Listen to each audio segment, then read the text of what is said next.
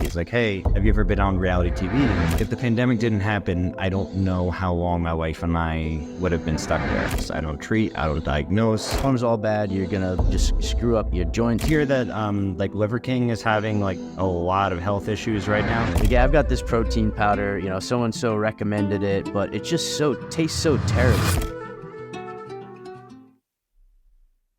All right, welcome back, everybody, to another episode of Relatively Uncharted. We've got my good friend here today. His name's James Cappola.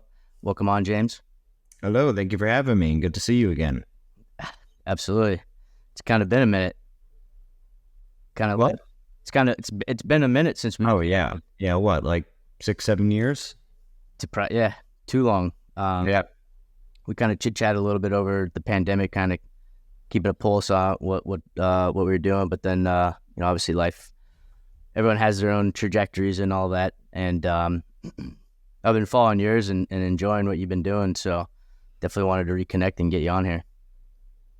Absolutely. Yeah, I'm glad that we can keep in touch, and I'm honored to be on this episode, and I'm willing to talk about whatever, so let's get into it.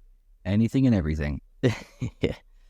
Heck yeah, man. That's one thing I remember too. So obviously for the audience and for Ryan, for their knowledge, James and I were roommates. I was actually just finishing up school.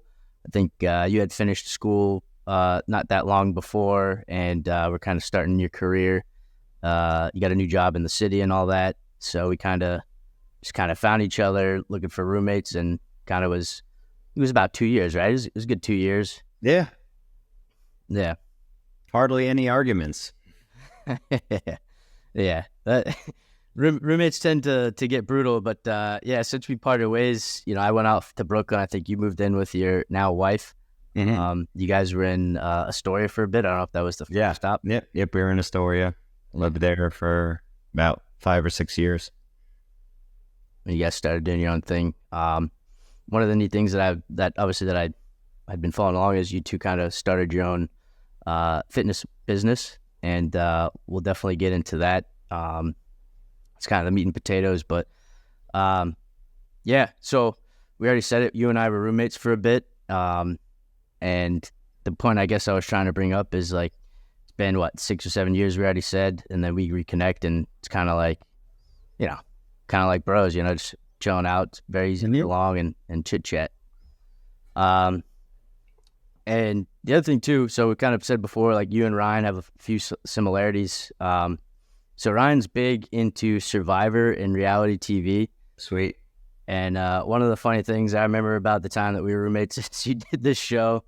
I forget, it was like Modern Love or something, or around Black Love, but in the big city. And that was, at the time, that was your 15 minutes of fame, which was what I loved. We watched the episode together, and yeah, tell us about that. How'd you get connected on all that? What was that? Yeah. So I was working out at a gym that I managed at Crunch 38th Street, and I guess the casting director liked my look. He's like, hey, have you ever been on reality TV? And I'm like, I did a modeling bit for like WB11.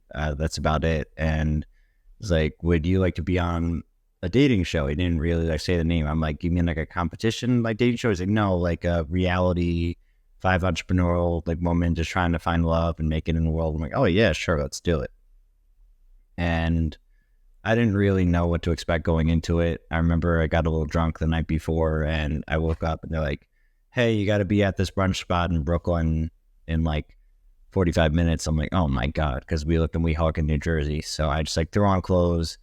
I went there, and for my nerves, I had like 3 mimosas, and I was good. And then Monet came, and I realized that she was the woman from the first season of Married at First Sight. And we had a fantastic date, but it's all reality TV is all like BS. They made us say goodbye like 5 different ways and stuff like that. And then I'm sure that you remember, Nick, they actually was like, wait, we don't really want to do the blind date angle anymore. We want to do you meeting them at like a club, like a fitness club or something. And we had to awkwardly go up and use like a pickup line and like sit with her and her friends. And Yeah. It was really funny. I'm still in touch with Monet. Yeah. No, I remember obviously that date. They showed clips and only bits of it. I'm sure it was a lot longer than what we saw on the, I don't know, 30-minute TV episode, but it looked like you guys were having a good time. I think one of your jokes, they're like, "Oh, what's your life like?" You're like, "Oh, I'm married." Yeah. Kind of broke the ice a little bit, which was perfect. And but yeah, she had a great personality. I didn't know she was on reality TV. Oh yeah, Before, though. yeah. She was on the first season of Married at First Sight. There you go. So that's how they keep guest star reoccurring, right? You do a good job. They're like, oh, people ate it up. The audience loved it. So Did you get any reality offers after that? What? Did you get any other reality TV shows like reaching out to? No, not. My wife and I did this reality show called like Bay or Bail, which is like a hidden camera show where like something scary happens and there's one person who's aware and one person who's not, and you either run away from what's scary or you like protect your significant other. But like we never aired. But I didn't like that they made me bail because it made me look like a bitch. And like I was like, can I just like protect her? I would probably protect her. It's like, no, it would be funnier if you as a big guy like ran. I'm like, that sucks. Yeah. Yeah. That's probably what you signed up for. It's like, yeah, I'll definitely be the protector and all that. But let's also be clear. Erica is just as fit as you are, and Oh yeah, she most certainly can take care of herself. But so they made you choose, or they chose for you of what? yeah. They filmed both. Okay. Yeah. And yeah. So you said before It's all bullshit. they filmed the 5 different goodbyes, and then it's like they picked which one they like the best, and then that's the one that gets put into the show. And there's still 4 other raw cuts of goodbye, whatever it is, like just different stuff. I think that's my wife talking on the webcam to my dog. Oh, Juan, I'm so sorry. A little cameo. Yeah. She heard us talking about her. She wanted to get on the pod. Okay, so sorry. Hilarious. Oh no, I was just talking about how like the reality of how they just film like whatever it is, a bunch of different cuts, and then they put whichever one they like the best in there, and that's the one that gets rolled out on TV, so they can make it look the way they want it. Oh yeah, of And course. most people would look. They can characterize you in the way they want you to look, and make this persona of you, which may not be true at all. Yeah, like when they filmed the date itself was authentic. They gave us freedom to kind of just talk amongst ourselves, but it's just kind of like, all right, this is how you say goodbye. This is how you greet each other. So it's a bit of reality, but it's like scripted. I will say, like, from talking with like some Survivor players and then just watching a lot of it, but also the bigger shows like Big Brother and I don't know, like there's a few other big ones, but the challenge and stuff like that. It's like those are the ones that are smaller. They need more like hands involved to make sure the production goes well and it looks good. With like Survivor and Big Brother, those kind of shows, they kind of just like run itself nowadays. There's still obviously reality to it, but like for the most part, like they don't need some casting producer or casting director to be like, hey, say this real quick, because they're going to get views regardless of what most people say, just because you will want these 2 shows. You get 24 hours of film a day. Like they have plenty of content to pick from, and so that's where they kind of get to pick and choose what they want on the show versus like telling you what to say. They have 24 hours of film. It's like, okay, what did Nick say today that was like really good versus like what did James say that was good, and then they pick the best clips. And then sometimes they don't even like Nick could say one thing and then like they post like a video of you like speaking and it's not even the same conversation, but it looks like that was like the reaction to what Nick said. It's just like, right, you can never know. It's honestly been what's true and what's not. Yeah, they'll chop it up, place it in a different context that they think will be the most attention grabbing for the audience. Oh sure. Yeah, They have to keep it interesting. yeah. I forgot what I was watching. Someone said something and then they clipped over to someone reacting, and it was very clear it was not real, but like they wanted you to believe that was like the person's reaction. I forget what it was. But I wish I remember. But yeah, I was just like, dude, like that's very obvious. Like that is not real at all. I remember the days of thinking reality TV and like WWE and all that used to be. I missed it. They were simpler times when you thought it was real. I'll never forget. I was sitting in my little office, like our little office guest room at our old house. I was probably like, I was younger than 10 for sure. And I was like sitting there watching on this little TV, like with the box behind it still. It was one of those old school TVs. And I'm sitting there watching WWE, and my dad walks in. He's like, this isn't real, right? And from there, just And my dad is who told me too. yeah. So I never watched it again after that. I mean, I've seen it obviously, but never cared to follow or watch it. But like honestly, like Grey's Anatomy isn't real, and like other shit like isn't real, Right. and it's like, and the people get like made fun of for that, and it's like, oh, all right, so you being obsessed with Game of Thrones, you think that's real? Yeah. No, that's a good point. Are you a Thrones fan? Kind of. I'm Team Sopranos all the way as far as HBO show. Okay.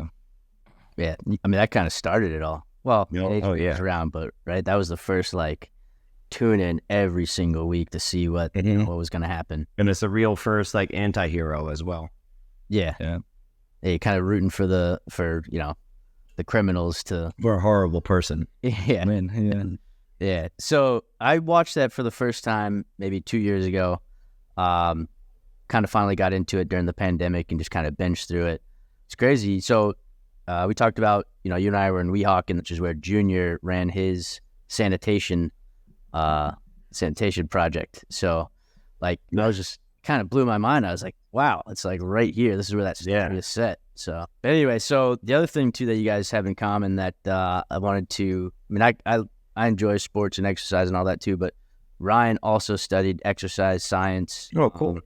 At Oklahoma State University. So you guys kind of have similar interests in that. And Ryan's kind of starting his career. He actually just interned with the Dallas Cowboys. Sweet. So that's pretty neat. Yeah. But for you, James, so Ryan's starting his career. And kind of the gist of this podcast is for those who find interest in what our guests do for a living, not necessarily have a true path forward, or at least just don't know it. Can you share us a little bit what your insight was, like why you chose that degree, where'd you study, and what kind of put you forward on this path? Sure. So it's the typical story of an overweight kid who all of a sudden got into shape and then became good at it. And because I've always been empathetic and had pretty good emotional intelligence, I knew that I could connect with people. So I figured, why not combine the two? I went through a lot of toxic fitness routes myself to obviously not feel like the fat kid anymore and to be my own walking billboard. Thankfully, I never put that onto my clients. I was never toxic or restrictive to my clients, but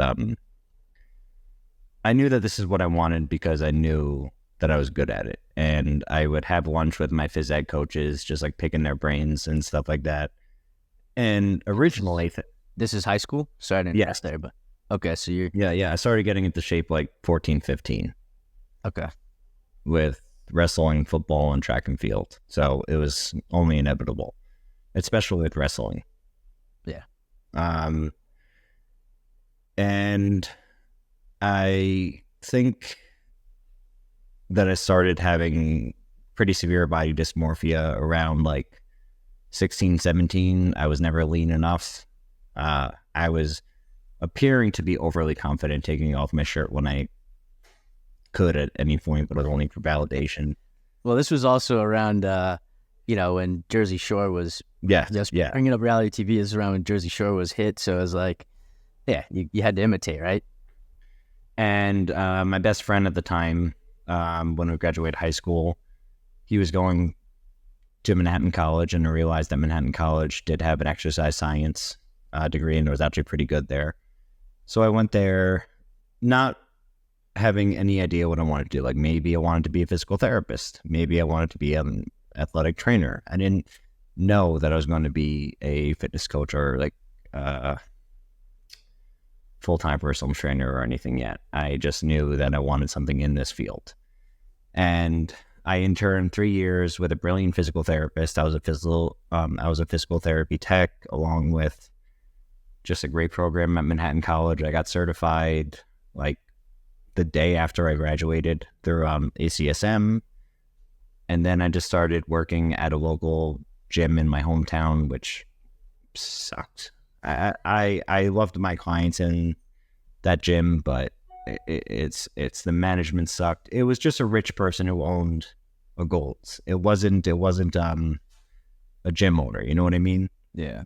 So like I would make like suggestions for like what we need, and he's like, yeah, that's way too expensive. I'm like, all right. So I realized that I can only get so far. So that's when I took the risk of moving in with Nick in the city, really having no money, but I'm like, I'll just work my way up. And I worked my way up to management in Crunch, and I managed 2 different clubs. And then I hated the corporate life, and I just went back to being a master trainer. And I was a master trainer at Crunch 59th Street for like a year, and then the pandemic hit, and then we had to take matters into our own hands, and that's when we opened up Zero Shortcuts Fitness Training. And fast forward to today, I just can't believe the amount of success that we had. Like, I never thought it would blow up like this, and I never thought that I would have quality of life like this, and not just standing in a gym session after session for a company that I was in. So I'm very grateful. Yeah. Yeah, I mean, obviously, so like I said, I've been following along and enjoying all the success that you've been having. We'll talk a little bit about some of your social media stuff there too, which is entertaining. But so talk about the stark contrast, right? Like you took a risk. Yeah, you had obviously you got your degree. You were working at a gym in your hometown. You know, it was a comfortable lifestyle. You knew the area. Your family, friends were still there. Took a risk, moved to the big city. Took a big corporate job, and you're making a little bit more money. Like I know you and I, we would chit chat sometimes, be like, yeah, if this happened, then we'll be making, $100K this year or whatever. Like I need this many clients, and then now you were kind of forced into it to start your own company because the nature of personal training during the pandemic, that business essentially shut down. Right. You figured out a pivot, and like you said, sounds like obviously it's never been better for you. It's been truly a blessing. I wish I did this like 2 years before the pandemic. I mean, I'm grateful for all of my experience to bring me to the trainer that I am, and I'm grateful for a lot of my colleagues that I had, but just as a whole, like, I just really resent a lot of corporate greed when it comes to training and things like that and how they treat their trainers. Yeah. So I wish I had the guts to do this a lot sooner, but I think the timing all worked out. You needed those experiences to figure out what you wanted to really do, and that you did. Yes, exactly. I just don't know. If the pandemic didn't happen, I don't know how long my wife and I would have been stuck there. Right. I couldn't say. You could have been, 10 years, 20 years later, and right, grinding still.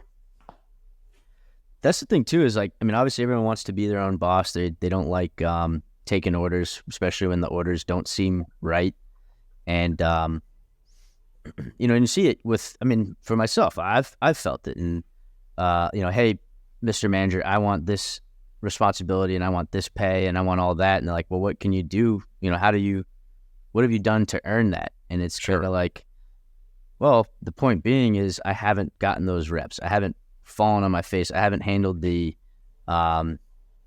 extraneous circumstances that cause you to have to get creative and find a solution, which, over time through practice, you get those experiences, and you can now apply that towards what you truly want to do. Absolutely. So you were able to do that. You had, you worked for a physical therapist, and you kind of, which has its benefits too. And especially now, baby boomers are retiring, and you're gonna need a lot more like occupational therapists, physical therapists. Yeah. I just I never practice out of my scope of practice. I don't treat. I don't diagnose. but I understand the verbiage and the communication between the physical therapist if they are utilizing one, and I can write up the program that corresponds with their ongoing progress. Okay, so you take that, I guess, prescription per se from a licensed therapist, and you implement that with your clients. No, yeah, I would never treat anything myself. Like I myself, I had a spinal fusion February 6th, 2023, and because of my knowledge and background, I was back to deadlifting 500 like 5-6 months later. Yeah, and So I just implemented what I knew and learned, and it was enough for me to recover. to get there is baby steps, little by little, hitting certain steps, milestones to get you into that physique that you. Yep, and if I still had like the body dysmorphia that I had at anywhere from like 18 to like 26, I would have definitely screwed myself up. I would have definitely tried way too much too fast. Yeah. I think we've talked about it. I think I spoke. Obviously, I BS'd a lot back in the day, but CrossFit and like those types of programs, like they're sure those that are physically capable and trained for something like that can certainly jump in and continue a program like that. But their whole concept is to like, hey, go from couch to deadlifting 500 pounds. Yeah. And Yeah, doing like 100 kettlebell swings when you never swung one. yeah, you're doing the wrong form. Your form's all bad. You're gonna just screw up your joints. Like, there's so many things that go into your physical capabilities besides just your muscles looking big and swole and lean.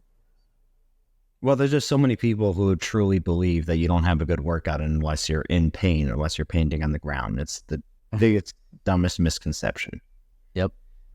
That's the thing about fitness, though, is there's like so many, there's so many different ways to get it done, right? You can do different workouts, different styles of workout, and there's also just so many that comes with so many misconceptions about each workout itself, each style of fitness and training. So, like CrossFit, sure, there are some good things they do, maybe, but there's a lot of things that maybe from your point of view or our point of view we don't really agree with from like a science side of things. It's just like you can nitpick a lot of people's different ways and like training habits and how they train, what they train, when they train, and kind of stuff. Yeah, absolutely. But the thing I like about kind of your company name or the gym, is it a gym name? Is that right? The gym? So Zero Shortcuts Fitness Training is just the name of our online platform. Okay, yeah. Like I love the zero shortcuts. Like you said, everyone wants, well, for example, like the kettlebell swings, but also just in general life, everyone wants to get like ripped right away, right? Get the 6-pack in 30 days type workout. Oh yeah, those are all the people I call out. Yeah. And it's true though. You gotta. There are no shortcuts. There are no shortcuts. You have to get in the gym. You have to be consistent. You have to follow a strict regimen of your training, and over time you will see results, and you will bear the good things that come with that. But you can't just like go to the gym for a week and then be like, dude, like I'm not seeing any differences. Right. And a post I did make yesterday is that like you have to like understand when people come to me after they've been to like a toxic trainer and stuff, a lot of them had results, but they were short term, and that's why they come to me. And any one of us are capable of getting shredded if we completely deprive ourselves and work ourselves into the ground. That's not, yeah, obviously that works, right? Like that's what the annoying thing is. And because they have the before and afters, because they screwed over their clients like that, they are led to believe that they're some like masterminds, but like they give everyone the same stupid meal plan of like broccoli and ground beef and like apple cider vinegar or something. And like, yeah, okay. So if you put someone in a cookie cutter world where they have no obstacles or anything like that, of course they're going to get somewhat results. But like, I refuse for my clients to get results at the expense of their quality of life. But anyway, so I definitely want to get into shortcuts training. Sure. But before that, we touched on, you got your degree in exercise science, a bachelor's degree. You studied Manhattan College. What you did is you did an internship. What sort of steps did you utilize to get you into that position to be able to do that? Did the school have an internship program that you basically signed up for, or how did you So, connect? so it was, what was it?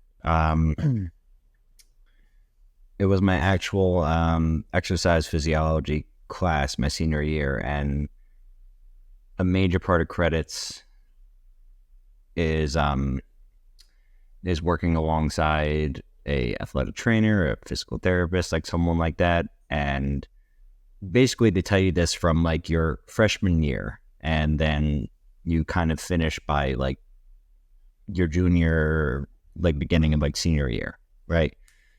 And right away I knew with this guy, Kevin from the gym, Jack, just like specimen of a dude, but very, very smart. And he had a place like 20, 30 minutes from my house in Monroe. So I would commute to and from Manhattan College, and then I would go there, work for about 3 hours, and I do that about 3 to 4 times a week. And I just really learned a lot. Like, they did all the manual physical therapy and the like consults and everything, but we carried out the exercises with the patients. Okay, so that you get your practice reps in. Oh yeah, and a lot of it is just, so much of it just comes down to just like neck placement, rib placement, and the direction in which you move your shoulder, how you breathe, pelvic stability, and it all just kind of falls in line. It does get very complicated, but it does kind of fall into just basic mechanics that anyone can benefit from, and it becomes a little bit simpler as opposed to all the misinformation that's out there. Okay, so obviously you're learning a lot from this. You've picked up knowledge that you can't find in a book for the most part, unless you're practicing it. Now, the big question, I generally like to ask this, and I know it's kind of really no true right answer or one answer. Knowing that your career, you started your own business, you said you wish you did it sooner. You're able to do that because of the experience you got. Would you say you would not be able to do that unless you got that college degree in exercise science that you got? I honestly, I only like remember like a handful of things from my degree. I got to be honest. Like, most of my experience is just from being on the job. Yeah. Like, it really, no one can take my degree from me, and I'm happy that I have it. But like, do I use a lot of the tools and resources that I've learned? I don't know. Maybe the biomechanics classes and the exercise physiology classes. Certainly not my statistics class. Certainly, like literature. Yeah, right. And there's just other things that just kind of like, I got to where I am just from my ability to work well with people and to apply my knowledge directly to them. And when I used to hire coaches and stuff like that, I didn't care if they were a living, walking textbook. If they couldn't apply it to the people they wanted to work with, I didn't hire them. Yeah. Yeah, and you said it too. I mean, I guess you said you got your certification, ACSM. That was one of the gold standards at the time, if it still is, or I don't know. Yeah. And then the ACE, and then there's a few others. NASM, right. Yeah. What are a couple other ones you would recommend someone that's, like you said, they don't need to be a walking textbook, but to truly understand the business, you need these certifications to get your foot in the door? Precision nutrition is great for actual nutrition coaching, because it goes over the mindset as opposed to just macros and everything. And it gives you tools to apply it to people. ACSM, I think, is the best. And then there's NASM. And then there's ACE is okay. National Health. I think there's National Health of Strength and Conditioning. Of course, you can get your CSCS, which is a lot more involved. I do believe what. I feel like it really depends on like what you're like wanting to do. Like, Right. If I was more into the strength and conditioning aspect and like performance, then I would probably get my CSCS or something. But right. I help people transition into a sustainable, healthy lifestyle with a digestible routine that they can actually build upon.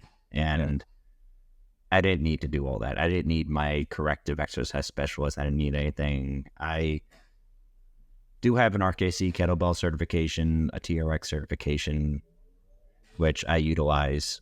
But I mean, do you have to be certified? Technically, I guess, but a lot of people can just learn how to do it properly and teach it. Yeah. Yeah, I feel like a lot of these certifications kind of are a ripoff, and some are very valid. But just for the most part, you need to be sure about what it is you want to do, and you just don't want a ton of certifications just to have the letters after your name to seem more credible. Yeah. I would definitely agree with that. There's a lot of information that, you, like you said, you don't even remember from your degree, and then you probably don't even remember from, the test you took to get certified. Oh, yeah. But I would say that, like, well, I guess there's a few things that I want to touch on this. Like, could you do without a degree? Yeah, probably. To learn the material, get the knowledge. Yeah, but like if I'm a client and I'm looking for a personal trainer or someone to give me like a fitness trainer.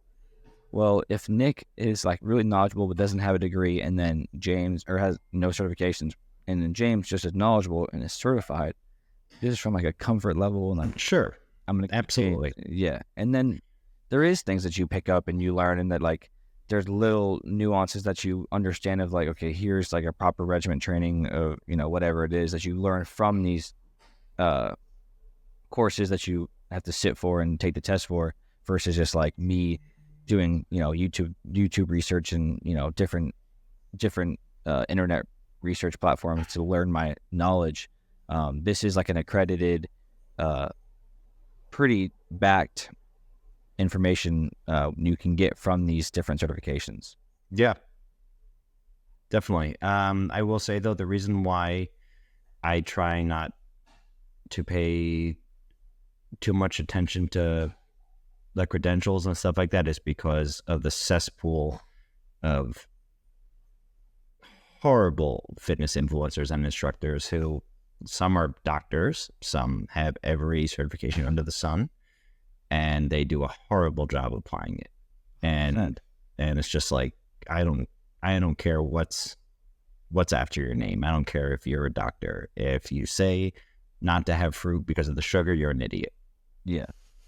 It's just it's one of those things. It's like you get the certification to give yourself opportunities to get into different doors. But like to your point, if you're looking to hire somebody on to come work with you at your fitness training company, and they had all the certifications in the world, and they sit down and they can't talk to you about how they train, what they want to train, or it doesn't even align. It doesn't align with what you want to do. It's like, okay, you might be the most certified person out there and have the best college degree and master's degree, whatever it is. But if you can't sit and talk to me about, the way we're going to train and how we're going to treat our clients and how we're going to take our clients through the fitness process, then I don't care about your certifications. I'm not going to hire you. Yeah. That's why we have such a hard time with grasping with the idea that we're eventually, as we grow, when we want to scale, we're probably going to have to hire some more trainers, and we specifically need people with a high emotional intelligence. Like the second someone is restrictive or toxic, that's our reputation. Yeah. And the reputation is revolved on you and your wife's name, and so you can't have that run that risk of hiring someone that's not on the same page as you guys. Yep. Takes a lot of trust on your end too. What? Takes a lot of trust on your end too to be able to relinquish that level of control for an employee of sorts. Yeah, absolutely.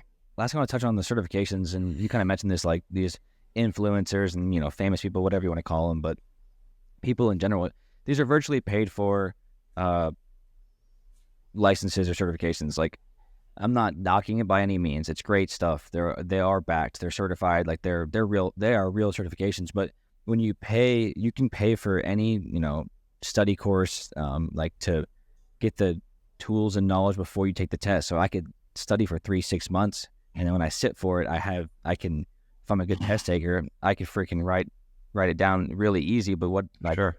what I'm getting at is you can pay for these licenses and these certifications at the end of the day. Like, it's not like their tests are difficult and they do strain you a little bit, but the resources are given to you in order to be successful and to get these certifications. Yeah, absolutely. And there's just so many people I can tell who like just got certified, and they just have a dogmatic approach to this entire thing and a one size fits all approach to this entire thing. And it's just the exact opposite of what fitness and health should be. And it's become a hierarchy of status. And that's just what I try to disrupt every day. Nick, I got a few questions for him about kind of his degree and the internship type stuff. Is that cool? Yes. So bad for sure. You mentioned your internship when you were in college. You said that you were like kind of working. You worked it from like freshman to junior year. Is that right? Yeah. Okay. So a little bit different for me. We weren't allowed to. We had to get an internship. So back up a little bit. My degree was a sports and coaching science degree. Okay. I had the the exercise fitness or whatever you want to call it, kinesiology type stuff. Mm-hmm. I had that in my course training or my coursework in college. But I also got like the emotional side of it, the coaching side of it, the social aspect of like how to coach and that kind of stuff. So it was really, I wanted to coach. That was my goal. So it was kind of solid. But we couldn't get our internship, whether it was physical therapy, we wanted to be a chiropractor, personal trainer, coach, whatever it was. We couldn't do our internship until we had a certain amount of hours. I think you had to be technically a senior by hours in order to then register for the internship class, which then you had to do what was required for the internship. And so for me, I was able to. I'm trying to think. I was able to register for it. So I registered for it in the fall, but I was able to do my internship that previous summer. So I worked because what I did was I worked with my high school basketball coach, and so we basically just I was there anytime they had summer workouts, or I'd go into the office and we'd sit, watch whatever it was, watch film or just do coach stuff, whatever it is, live the life. And I did that to get my hours done. So I was able to do that the summer before, and then when I got there the fall, I was technically registered in this internship class, but I'd already completed that internship previous summer. So it's kind of a different process. Like you were working through it your first 3 years, and then I couldn't touch it until my last year. Okay, interesting.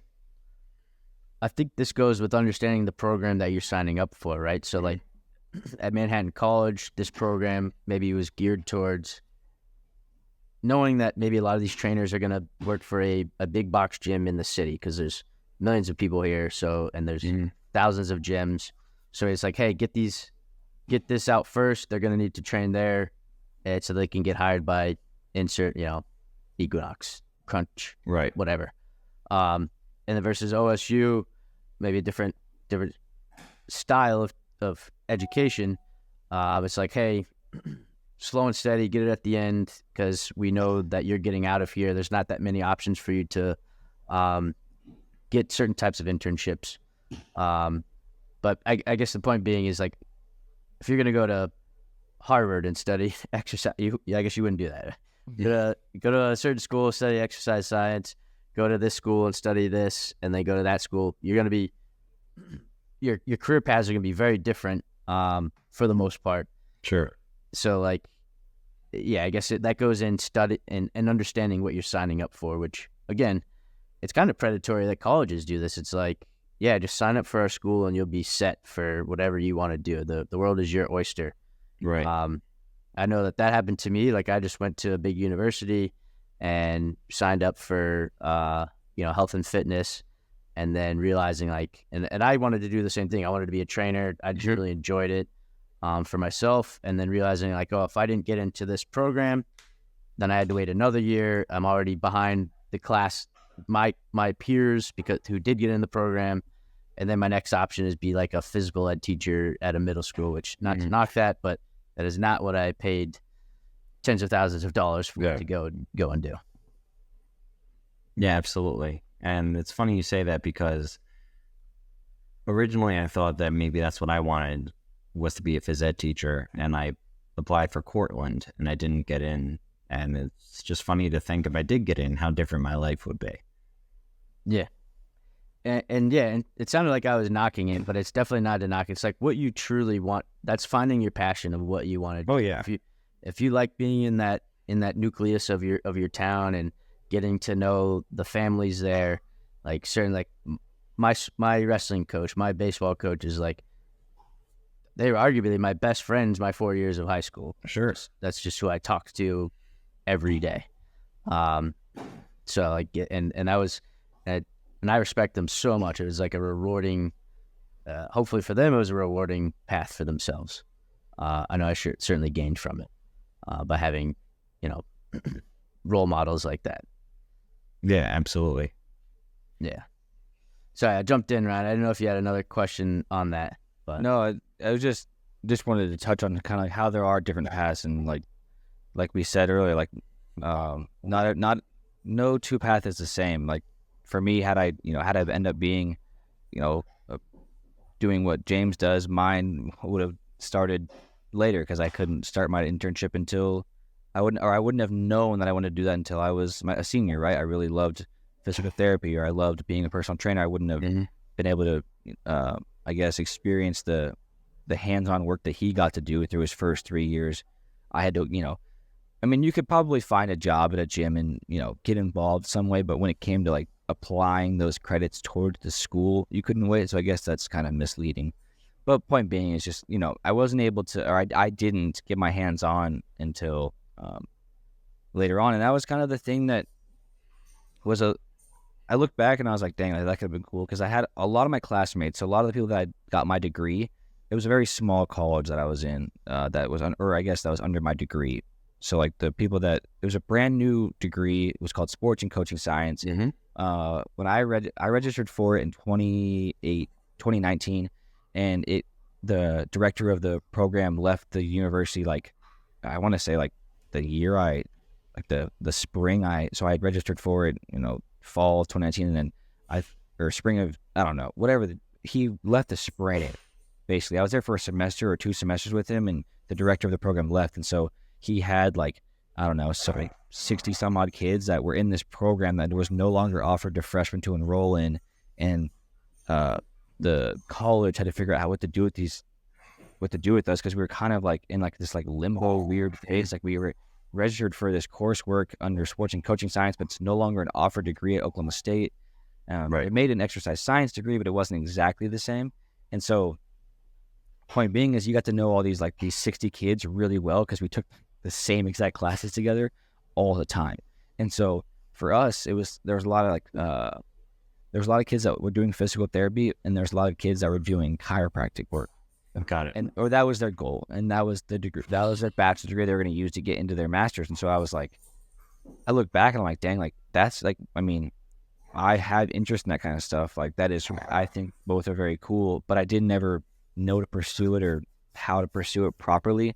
And maybe had I had that opportunity that you had through freshman through junior year to do the hands-on work. Okay, freshman year I tried chiropractic work, not my thing, don't really like it. Maybe jump to physical therapy. I can really see myself diving into this. But, I could have, like I said before, I could have done that myself. So sorry.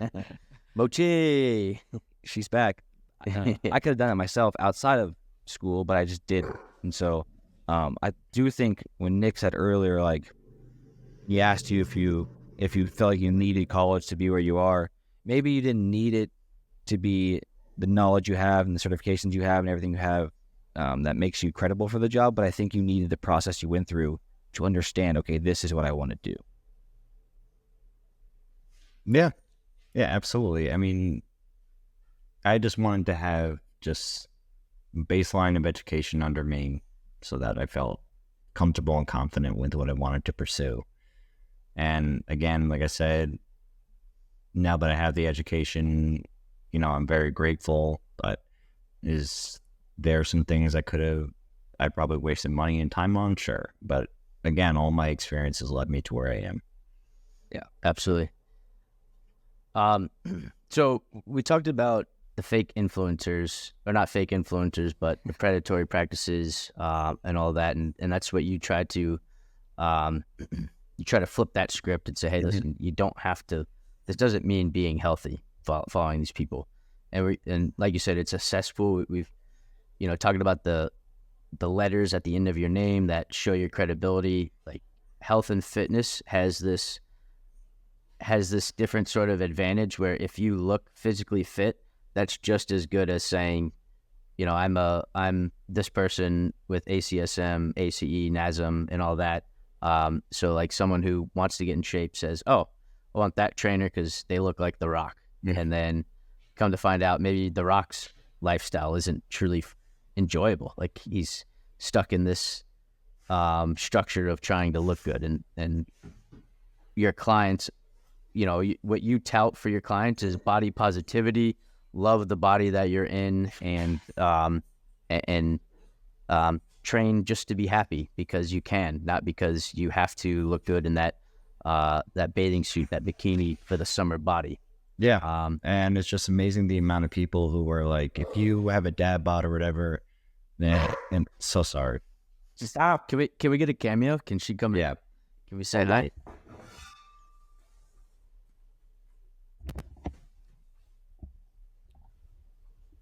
Mochi.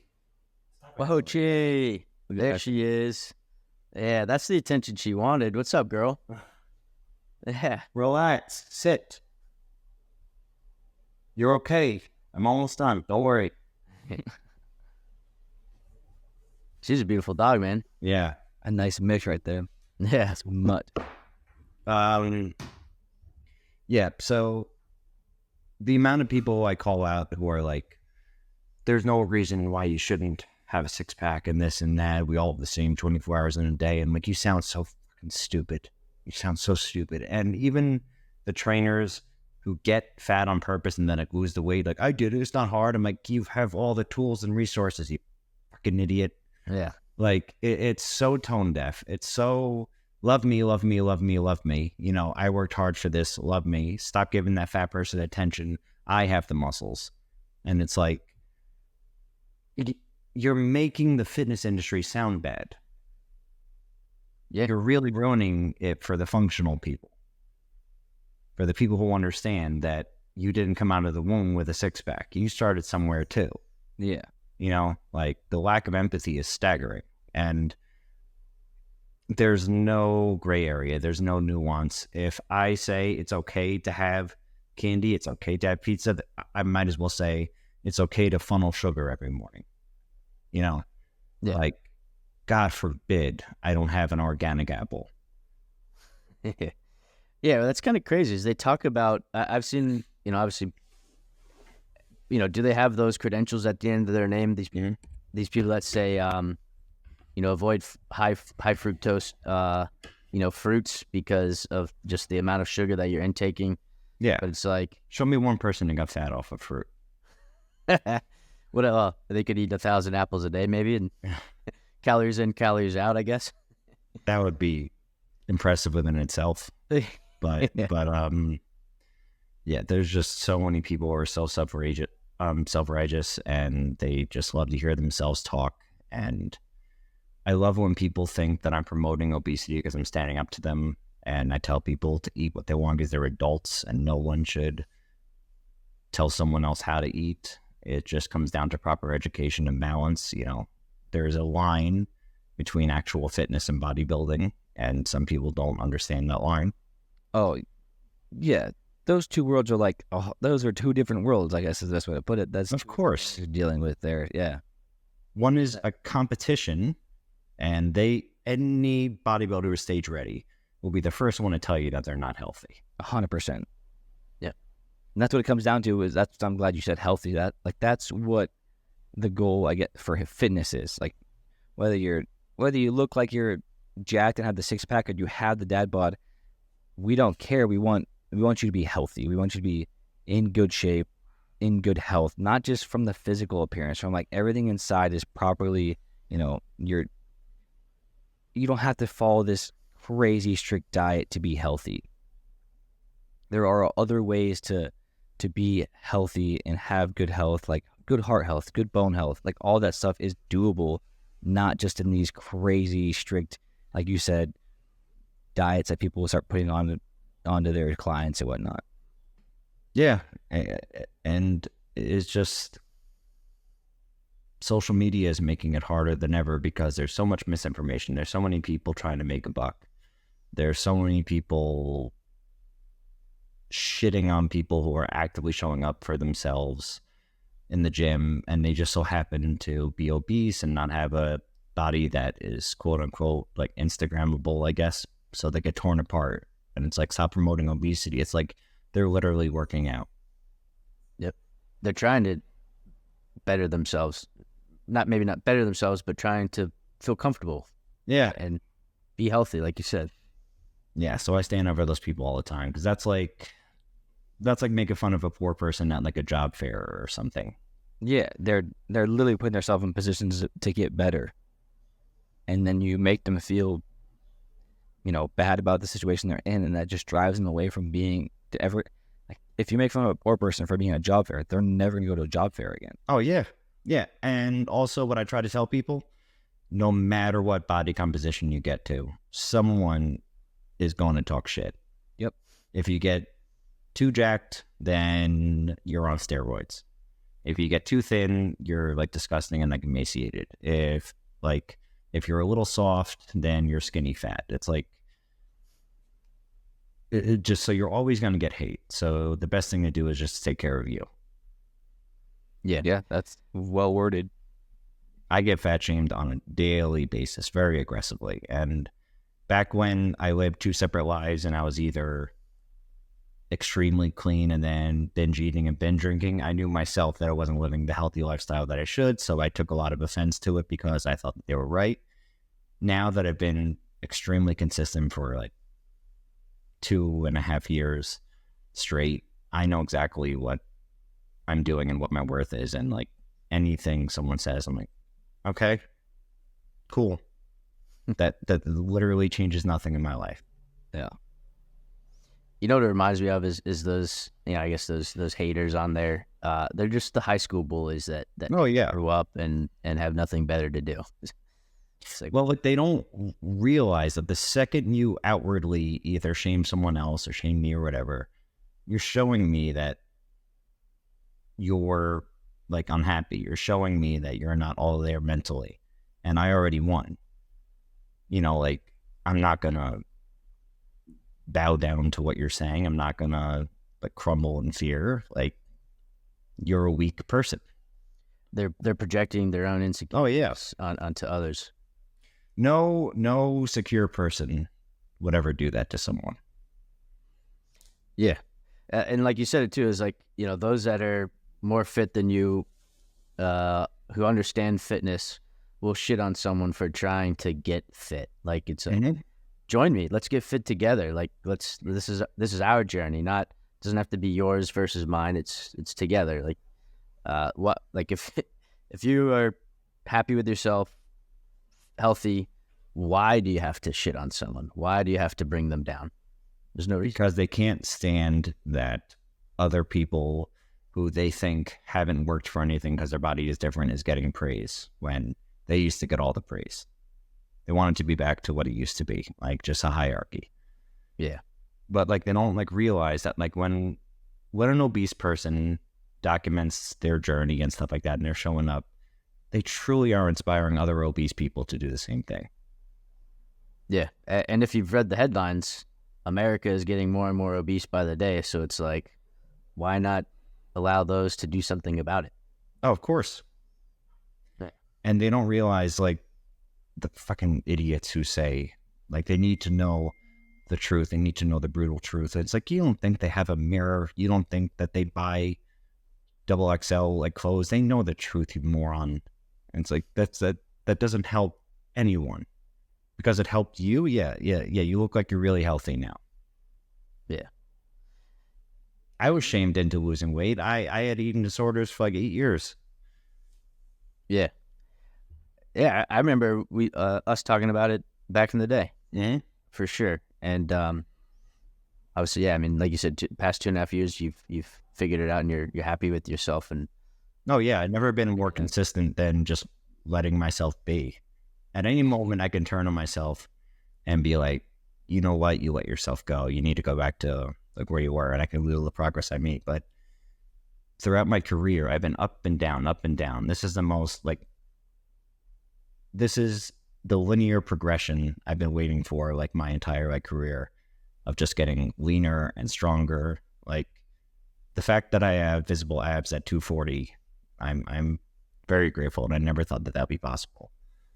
yeah, yeah, consistency is key, I guess. And and you said too before that you get shamed on a daily basis, and so maybe kind of want to use this is to leverage into how zero shortcuts fitness training became what it is. But obviously you started your own online business. You built up a clientele that you were able to, I imagine, was probably virtual for a period of time, and if not still, because of the pandemic. But now you have clients all over. It's like, hey, and you're actually doing it. I remember when you were at Crunch, you had clients that you would do one-on-one times with, just like maybe a checkup or whatever. But so and I noticed this other guy who does it too. Are you familiar with Joey Swoles? Yeah, of course. Yeah, you guys do a very similar thing. You call out the bullshit of He's a lot more PG than I am. Is he really? You need to do better. Yeah. But and I say like go fuck yourself or something. Oh, you do? Yeah. I was gonna say yours is still family friendly, but I guess when you drop the F-bombs and all that, it's no longer family friendly. Yeah. But so you're able to leverage that, and social media game is it's free marketing. It's something that you can utilize to build your brand, build your awareness to build your clientele. So tell us about what how did that start? What got you on this process, and how's that allowed you to build out your business? Well, luckily, when the pandemic hit, I had a roster full of clients to start with the online training, right? So thankfully, I didn't have that period where I was flat broke looking for clients. I was able to at least have a baseline while I marketed myself. And what's interesting is if you go back about 3 years, in real time, you can see the progression of my confidence and my battle against my body dysmorphia and channeling who I really want to talk to. And then eventually it becoming just second nature to the point where I do about 10 posts a day now, I think. And if it is, I'm not like trying to brag, it is literally effortless to me. Like, I've been in front of a camera doing skits with my dad's VHS camera when I was like 10. I can make up like skits for me and Tammy or me and Erica or like whatever, and I can call people out knowing exactly what I'm going to say and who I'm saying it to and how to target my demographic. And eventually it just paid off. I had a few videos go viral, and I went from like 3,500 followers on Instagram to now 353,000 in a matter of like 6 months. Jeez. 7 months. Freaking wild. That's incredible. Yeah. And I'm just just really grateful that I didn't listen to the haters and I just kept going. I kept being cringy. I just kept showing up because as much hate I was getting a lot more love. So I'm like, all right, as long as I'm getting that, I'll just zero out the hate and just keep going. Yeah. And then from there, I don't have to market the link in my bio. I don't have to market my training. I show my expertise, my emotional intelligence, my ability to show up, and people just fill out the application. And the good thing is they already feel like they trust me through my content, so I don't have to sell them on anything. So they just gladly join. But I do say no to a lot of people because there are people who still really want the quick fix, and I make it known that that's not what I do. Yeah. But yeah, I mean, regardless of what they want, you still have to interview them, right? Because if Yeah. it's not going to work out for either one of you, why waste anyone's time? Yeah, exactly. And I'll never take someone's money who I'm not gonna be able to help. Yeah. That's awesome. Those crazy numbers there. I was gonna say it must have been probably what it was is that seed of being on Black Love, Yeah. 6-7 years ago. Right. But no, it's incredible. So, and you mentioned Tammy. Who's Tammy? Who's Tammy? Can she come on today? She's one of my employees who looks strikingly like me with a wig. It's not your sister. No, Not your twin. no, she's one of my employees, and we use her to clap back at a lot of female influencers, so it's not as brash as me. Smart. Yeah, Marketing man. Yeah. Yep. So, and she's just been an asset to this entire thing. I think that she's like responsible for like half of my following. She's incredible. I think. Am I missing an inside joke here? So after this, you can feel free to go on my content, and you'll just see a lot of Tammy. All right. It's honestly just a character. I refuse to acknowledge her as me, but it's a character that I created that just blew up. That's what I thought was being said there, but I didn't want to like assume. So, but Well, what a lot of people actually appreciate about her is like usually when I'm looking right now. that usually when a man acts like a woman on their Instagram and stuff like that, they make her like kind of like ditzy and like stuff like that. But like I empower the shit out of Tammy. You make her manly. Well, just like I make her just like a strong, confident woman who doesn't take shit. Yeah. I love it when you'll do like a side by side. James will go and then Tammy will go. And I think there was once like, what does she like threw the weights down and be like, fuck that shit. Yeah. That's my favorite one. But yeah, man, that's actually brilliant. Like you said, not as brash, clapping back. You can clap back at male influencers, female influencers, and then it's incredible. It's creative, entertaining. Love it. Yeah. And I love it when like people go like, is Tammy your wife? I'm like, no. That's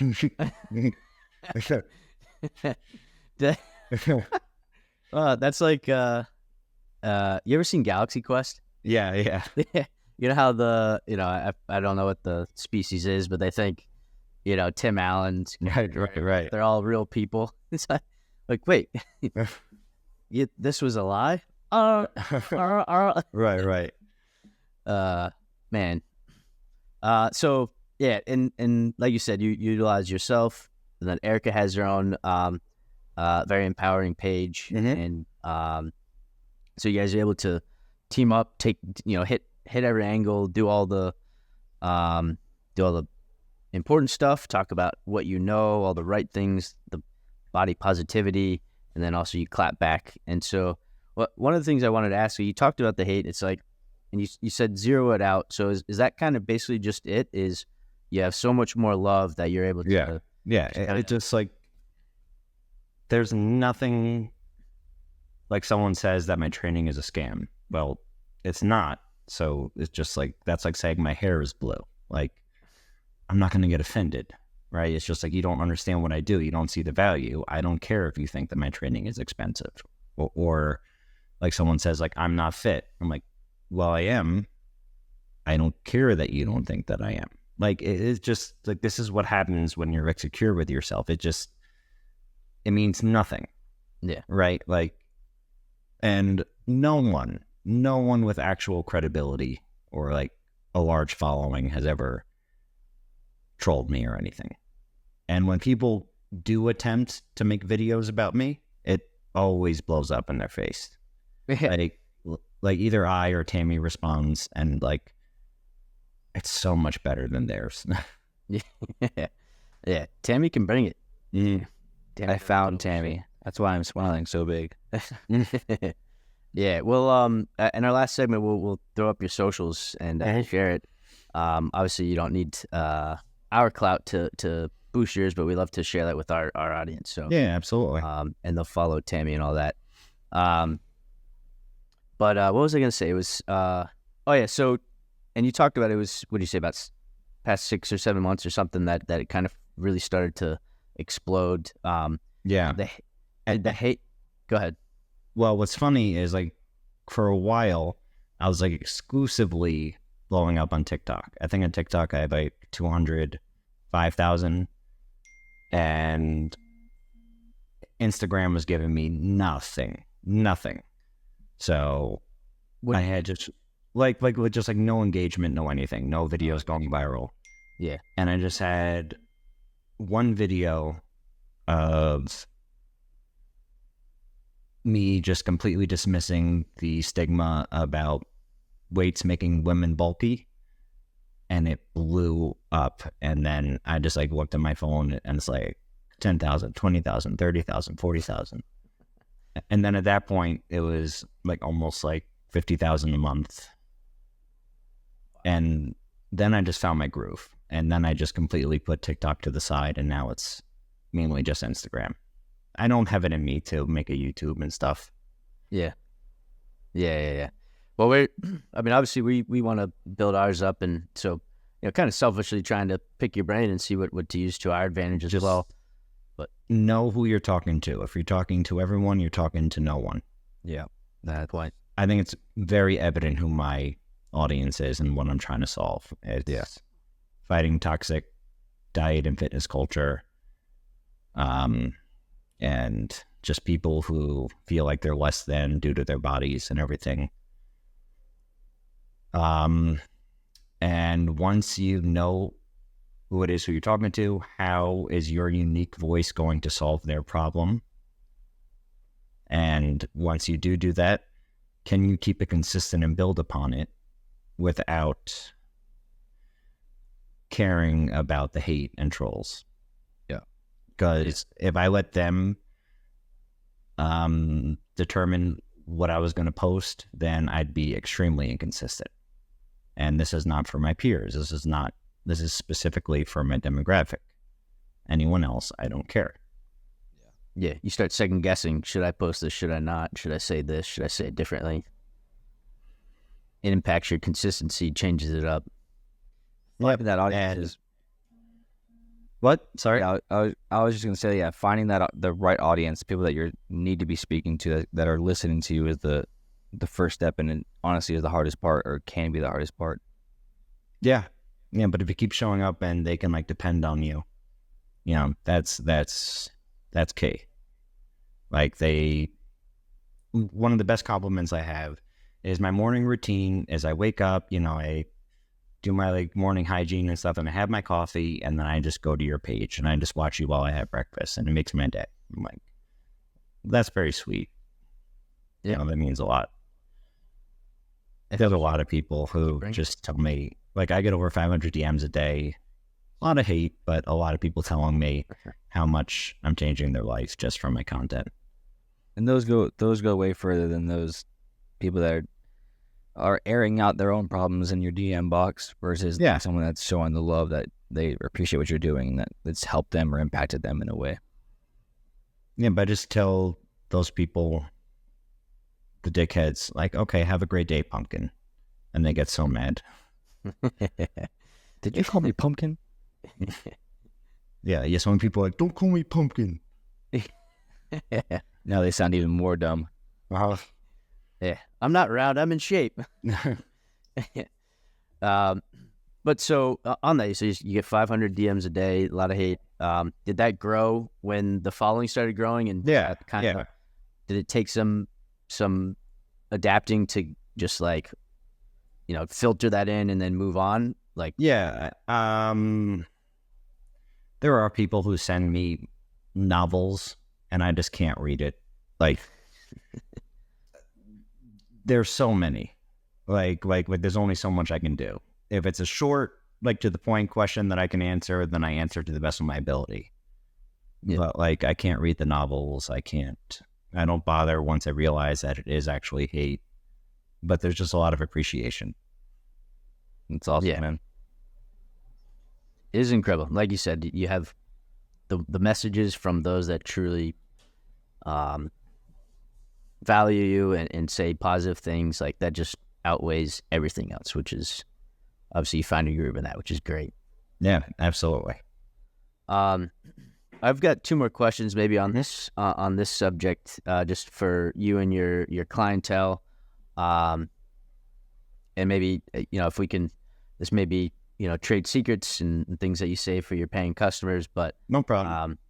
but sticking to a routine is key, but also difficult. So, what are some tricks that you can share that help your clients stick with a program? Sure. So the physical part is always a 5-week block. So they're doing the same thing for 5 weeks, takes the guesswork out of it. They can build upon it.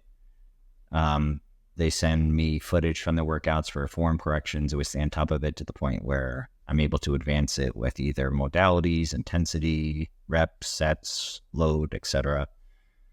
So the physical part is essentially the simplest part, in my opinion. The hard part is showing up for yourself when life gets hard. And that's where a lot of my coaching comes in. Like, everyone's very excited when they sign up. And I'm like, you're very optimistic and I'm very happy for you, but I'm not magic. I'm letting you know that. There is no guarantees here. I'm going to give you all the tools and resources you need, but you have to show up even when it's difficult. You can't think of this in ideal scenarios. Right. So I pick a realistic amount of steps per day. I pick a real amount of water they can drink, protein, fiber, hours of sleep, stress management. And we have a daily habit tracker, and assuming that they fill it out, it's just a talking point during our coaching calls. But I do have a number of people who don't really listen to me about the you can't think of this in ideal scenarios thing, and life hits them, and then they fall off track, and then they're too embarrassed to face me again. So they ghost me. Yeah. Even after like spending anywhere north of like $5,000. Wow. Not a small investment. Yeah. But you're there with them along the way, right? There's no like, hey, yeah, here's your routine. Check back in with me next week. No, so we have Slack Messenger, and we talk about anything and everything pertaining to their program. And I remind them, like, hey, you don't have to just wait for our calls. Utilize me. This is why I took you on as a client. I have the bandwidth for you. If I didn't have the bandwidth for you, I wouldn't take you. And a lot are just jaded from their last training experience, of either being called like stupid or yelled at or something, and I'm like, you really think I'm going to yell at you for having a slice of birthday cake on your birthday? Yeah, I would hope not. And that's the key difference here of someone who like truly cares about their clients rather than these fake influencers that's like, yeah, follow my 8-step program. Well, that's step 3. So like that's like the like ironic thing is like they claim that they're so good and they're so smart and like they're so disciplined. I'm like, you're taking the easy way out. I could make every one of my clients have like 1,200 calories and make them go to the gym 6 times per week and just go, okay, see you later. And then I'll have a bunch of before and afters that won't last. And then what? Like, that's not skill. You're just a damaged person and you're projecting that onto other people. Like, that's not health and fitness. That's just vanity. That's getting to a perceived point of health and fitness while leaving our mental health on the back burner. The real flex is doing it while maintaining your quality of life. That's the hardest part. Like you said, when life gets tough. Yeah. And there are people who are making tremendous progress, and I could see it in them, and their performance is better and this or that, but they let an arbitrary number on the scale or a bloated picture or something like completely just be like, that's it, I'm done, I'm not making any progress. And it's like, I can name at least 10 things that have improved in the last 2 months. Like, yeah, don't have your perception be skewed by your perceived losses. There you go. Yep. Yeah, no, that's quality of life's a big thing, and especially in today's day and age. We talked about it earlier, how like the country itself is becoming more and more obese on the daily. But it's crazy. We have this insane science revolution where we're figuring out ways to live longer. So our life expectancy is just booming off the charts, but our quality of life is going down. So we'll live longer, but we'll also live at an unhappy, unhealthy state for 60 years or so if we continue in the trends we're going. Like if we keep going to where we live to 100, 120 years old, we find ways to expand life that far, and we continue to decrease our quality of life, we'll be 40 years old or even younger. We'll be unhealthy, and we still have 80 to 100 years left of life to live. Yeah, right. Shit, like that doesn't sound good at all. Well, you have certain companies or certain countries, I guess, raising the retirement age now. It's like, oh yeah, it's no longer 62. It's now going up. It's like 70 or something. Yeah. So, Yeah. Yeah. It's Wild. Yeah. Everyone loves to talk about like, oh, let's see how she lived to be 105. Awesome. How long was she healthy for? Like when did she stop moving well? When did her heart health decrease very? Right. And also, I feel like people their need to be jacked or shredded makes no sense to me compared to actual function. Yeah. Like, I don't care how I look. I care about the people who need a walker. I care about needing help from going to room. That terrifies me. I don't care if I have rolls or man boobs or like whatever. Like, I want to be able to carry out what I want to do at any age.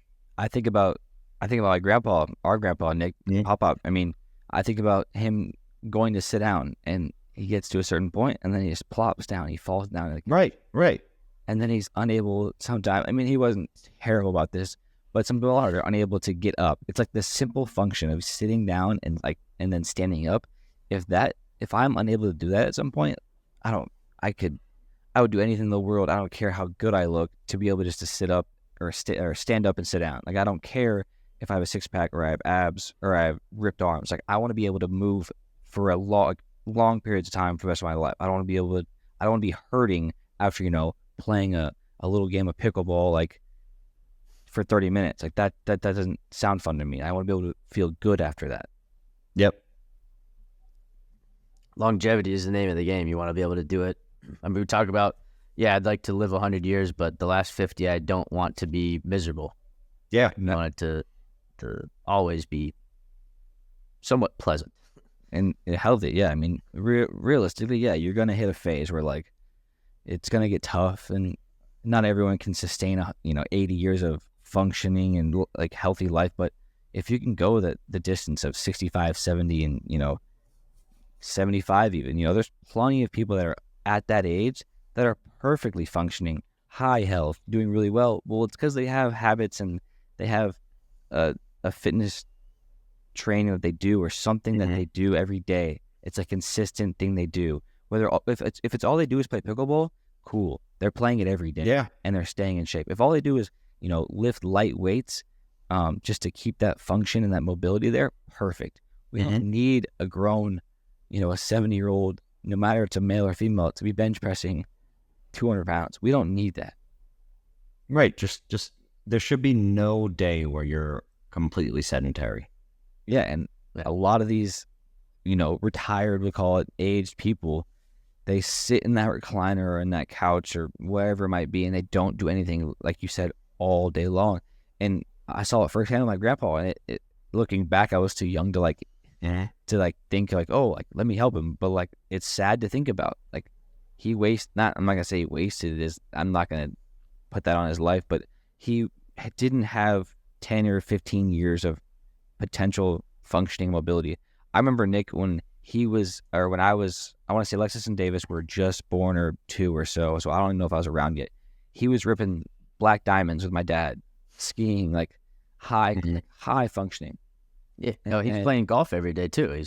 He's active, athletic, active guy, could do a lot. And I don't know the exact medical history, but I know just over time he had feet issues. He broke his hip around like, I don't know, 70 or so, and that just like, I mean, that's a tough thing to fight back. A broken hip is one thing, but of course, it's like he had chances to fight through his foot surgery and just the aging process, but it got him so quick. Like he went from doing these black diamonds and golfing every day and playing basketball and being active and being around, grandkids and whatnot to within 5 years of being a couch potato and just sitting there all day long and not moving. And that's like that's not good.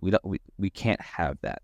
I don't Right. I don't care how much he bench presses. I don't care what his muscles look like. I want him to be able to move, get up and down, walk by himself. Doesn't need a walker.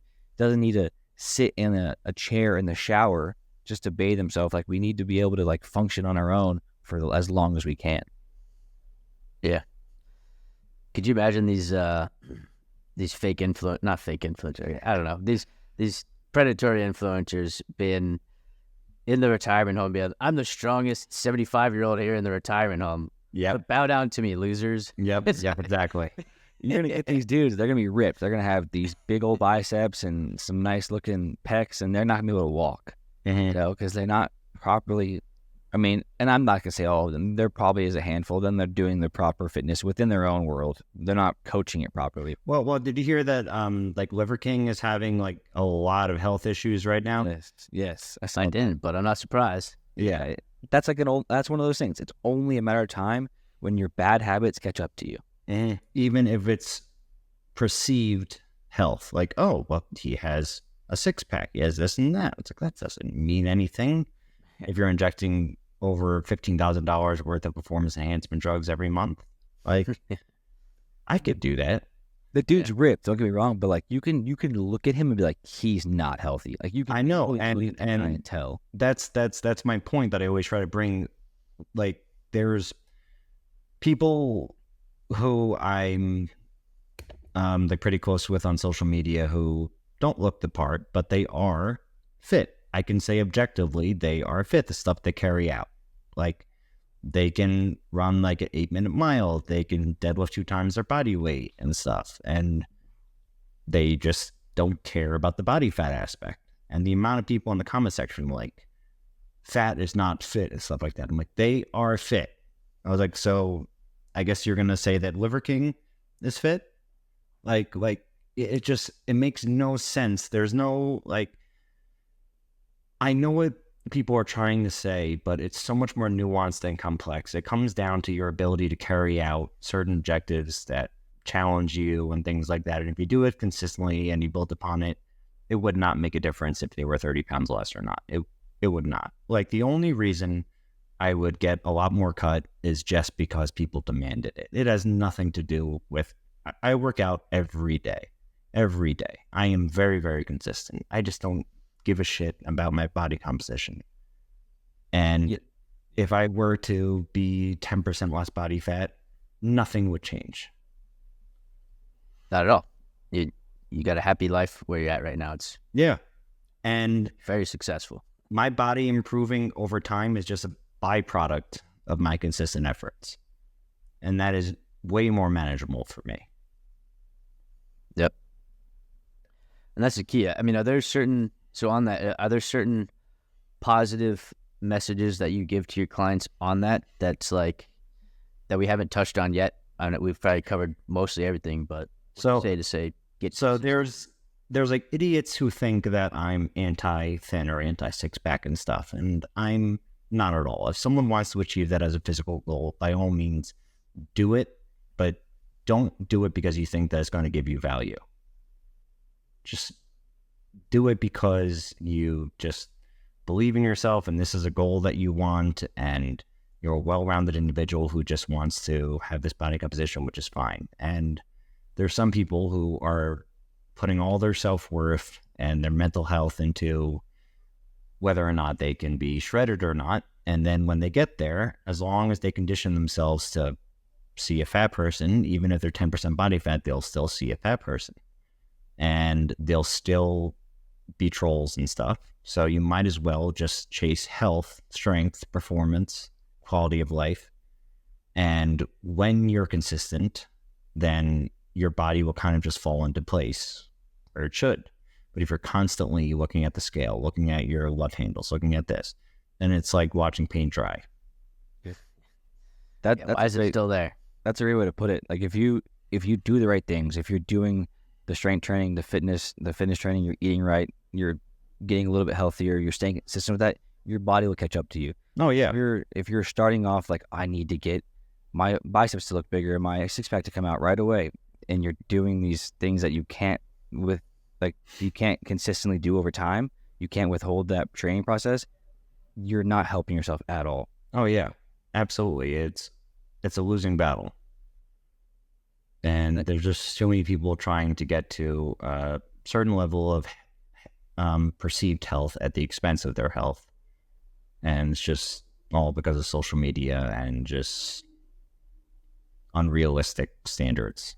I think a big one is, like we talked about a little bit, like about how you'll never tell someone they can't have a piece of cake and this and that, but like the dieting part is just so rough. Like people tell you like, eat this, eat that, drink this, drink that, and your body will naturally, you'll get the six pack, you'll lose the belly fat, the love handles. But like I know a friend that just like is always trying this new diet, this new fad. I'm like, dude, I mean, yeah, like cool, it's not bad to like maybe fast for 2 days, 3 days, water fast, get the cleanse your system, but like find something that you can like consistently do that is healthy, that you can like, you feel good while you're eating it, you feel good while you're on it, and it's like it is helping you, like it's a good thing. But don't do one thing 1 week and be like, oh, it didn't work, and then you go on Exactly the next week, and then like it's just Carbs are the enemy. exactly like find one thing that you like, that you feel comfortable in, that will get you the results that you want, and just stay consistent with it. And it's a lot easier said than done, because consistency and persistency is very hard. Like being persistent in whatever you do is one of the toughest things, but if you're able to find something that you're comfortable in and it's easy for you to do, that makes it a hell of a lot easier to be consistent in that aspect. And all in all, if you enjoy doing it, like if you enjoy the work you're doing, that makes it so much easier to go to the gym, to go to the basketball, absolutely, go play tennis, whatever it is. Yeah. And the way how I knew that I was kind of like cured with doing this for the right reasons is when I had my spinal fusion, ruptured my C5 and C6 October of 2022, and I didn't lift or anything for like 6 months. No, October, November, for 4 months.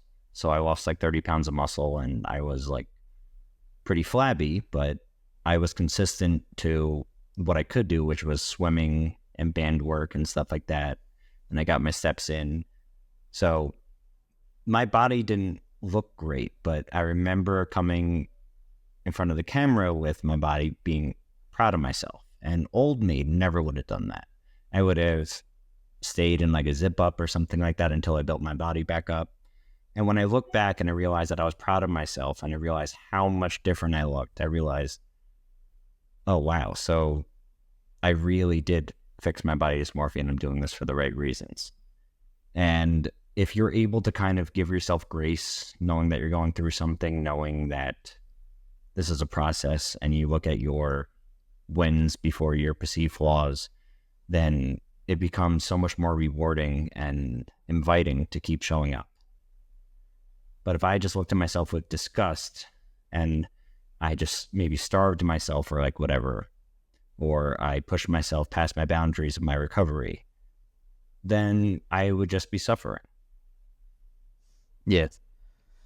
I don't know the scientific explanation, the psychology behind this, but human nature, we crave victories. We crave small wins, or whatever size wins, right? As long as it outweighs the losses and the negatives. So like when you can flip the script and, pile on small victory after small victory after slightly bigger victory, it'll grow and just become this thing that kind of, now it becomes, it fuels you. And like, that's what you were able to do, is like finally be proud of yourself for the achievements you made in a recovery phase, which not even Bo Jackson would have like done. Well, maybe Bo Jackson, because he's a different type of animal, but you know what I mean? Like, it's like you found the victory where it was.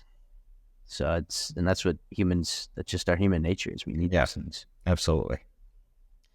One other comment I have, and then we'll try and finally start to wrap up here, because I appreciate all your time on this. But when you guys were talking about the diet portion, one thing I remember in high school is, you said it before. It's like it was very easy to stay lean when you were doing wrestling, football, track and field because you're just so very active. But I had for my post workout recovery, I had a protein that I would always have, my preferred flavor. I found it, stuck with it for the most part of in high school. And I remember this other guy who was a good basketball player at our school. He wasn't supremely athletic, but like he was consistent, showed up, played, he was better than me at basketball. And I was talking to him about, working out and post workout recovery. He's like, yeah, I've got this protein powder, so-and-so recommended it, but it just tastes so terrible. And like in my mind, when I heard that, I was like, well, I have my protein powder and I like the flavor. And like, as soon as I'm done working out, like I want that, like I want to taste that. Yeah. Like I enjoy it. Versus like for him to go to post workout and be like, ugh, now I got to like dump this powder in the milk and chug this. And it's so terrible. I remember just thinking that like, it's so like we were viewing it two different ways. And yeah, dude, I had cashew go lean for breakfast for like an entire year and I hated it. And I just ate it like with a miserable frown. I would never do that now. Yeah. Cashew go lean, the cereal, right? Yep. Yeah. Cardboard and Twigs. Cardboard. Because someone said these macros are what you need and this is healthy, and you're like, okay. Yeah. Nice. I've got a what do we call it, Ryan? The hot topic, I guess. Your hot take. Hot take. This was gonna fire you up, maybe, knowing what you do. What is your take on the Ozempic trend right now? Oh boy. So I know a number of people who are doing it, and I feel like doctors are prescribing it way too soon. They're way too eager to prescribe it. There are some people who like legit need it, especially if they're a diabetic, and there are some people who just want the quick fix, and it's very, very evident who's going to fuck themselves up when they realize they haven't built any tools for this to be sustainable, right? Yeah. They didn't do any inner self work. A lot of people aren't even strength training during this, and they just like want to be thin and they want to cross that off the list, but they're going to be unfulfilled when they realize that they're thin, but they still maybe don't have the muscle tone they wanted, or they still don't know how to approach food. And while they cross something off the list, it's like, all right, are they dependent on this drug now?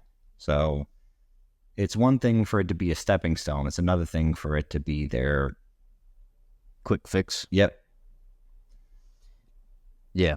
So for the most part, I've had a client who I've had for over 10 years. Her name's Kim. She lost over like 120 pounds. She had a gastric bypass surgery, but we made sure that her lifestyle was on point before she had the surgery. That's the biggest thing right there. And we both said together, okay, it's time. Like, you're good.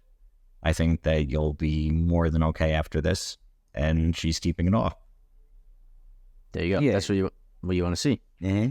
If you just get on whatever Ozempic, whatever diet is, and you cut all this weight quick, and you find the 2-3 month 30-pound loss plan, and then you just stop it because it's not sustainable, and now you have no habits or training or fitness habits built to withhold and withstand this life you now have, or the body you now have, or the health you now have. It's not gonna keep up. You can't keep that up.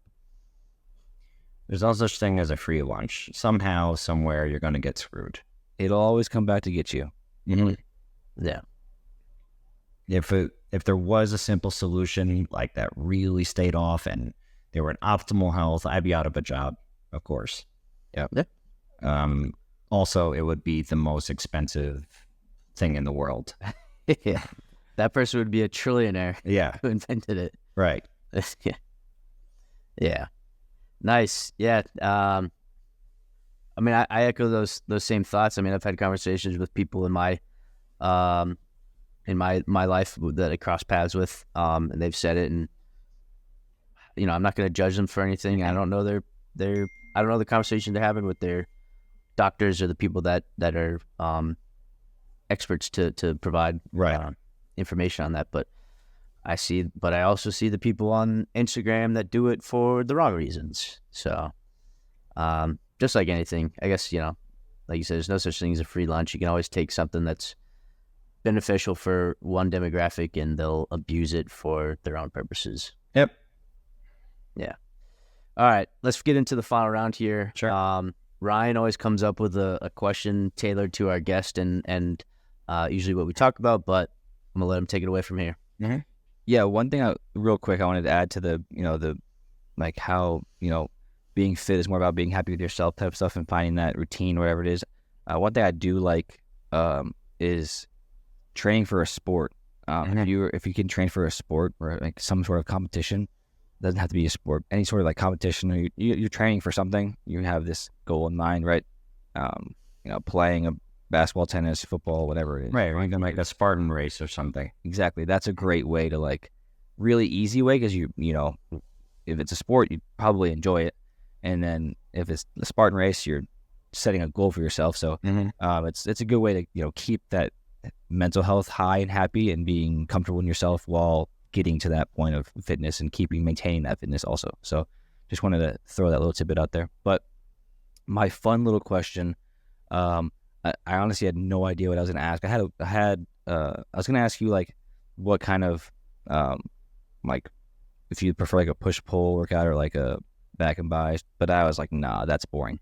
So I don't know how this is going to go, but I'm going to throw it to you and see what you answer.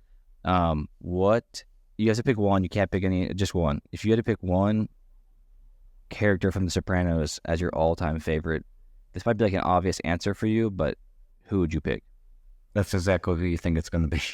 Yeah, Tony. Yeah. I mean,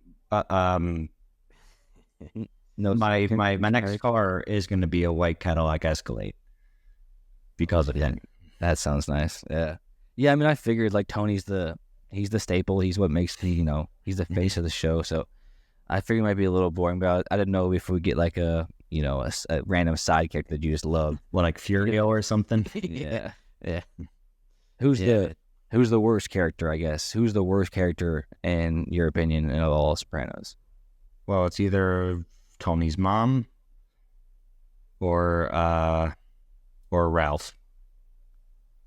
Ralph, yeah. Mm.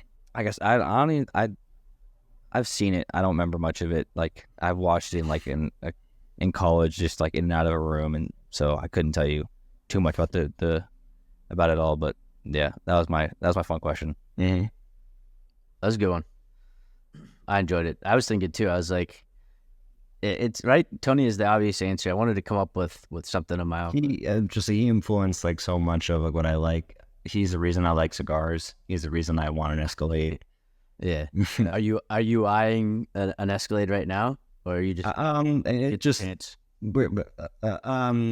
it's like the sort of thing that I could get it right now, but should I? No. Yeah. It's just like when the time is right, I'll get it. Yeah. Yeah, that's funny. Pat McAfee, I don't know if you guys saw this. He was live on the TV show he does, and he was live streaming into an auction, and it had a 2002 or 2003 Cadillac Escalade, and he bought it for like $22,000. Oh wow! I saw it and I was like, dang. So I started looking up that's my favorite car. It's funny. The Escalades I love, like mine's blacked out. I want a blacked out Escalade one day. But I started looking up old styles, like 2005 and older, and like you see it and it's just like, would I really enjoy driving this car around? But like the seats look so like comfortable and cushioned, and like the old steering where it's like that's how you change the transmit, or how from drive to reverse, like the little bar or whatever. Right. That could be kind of fun. Yeah.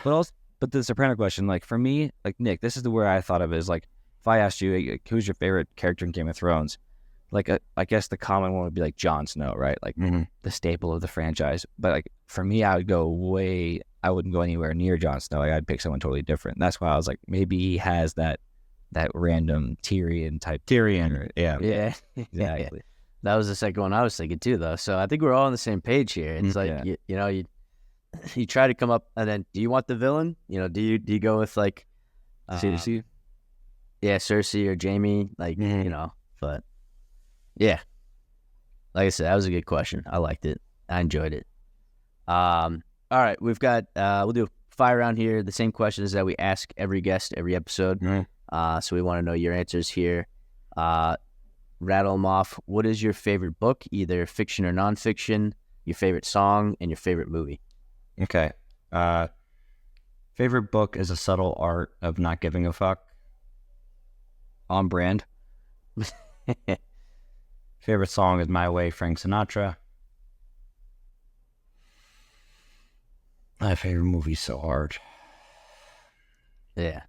Your parents used to own a DVD store, you said. Well, yeah, video store. Video store. God, it's so all over the place, from Lion King to Goodfellas to Rush to Old Boy to No Country for Old Men.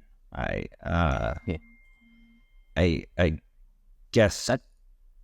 guess maybe No Country for Old Men if I had to pick. All right. I'm glad you picked one, but we would have been happy with that list you rattled off. That was I don't think you named a bad movie there. So Right. Nick, I love our guests. Whenever we ask those questions, it's always the book one's always pretty easy typically. The song one's the hardest. But it varies, right? He quickly had the song right there, and he's like, "Oh, movies are tough." But usually, someone has like, they're like, "Oh, my favorite movie is this," and then they're like, "But songs, man, that's a tough one." They always vary on like what the tough one is. Like Gabler, he was a book guy. He couldn't tell you his favorite book as he was a reader. So that's just always interesting to see like which one's gonna really get our guests like to think, "Oh gosh, which one's a tough one for them." Yeah, that's true. Everyone has kind of the one thing that they truly kind of is their favorite thing. Yeah, they consume a lot. Well, like building my own brand and my own business and stuff, My Way just completely resonates with me. That's why easy. Yeah, absolutely. So, and I don't know if how much of your audience knows this, but I remember there's something you shared with me. Was it every year on your mom's birthday or something? You dance to a Frank Sinatra song or something like that? Yeah.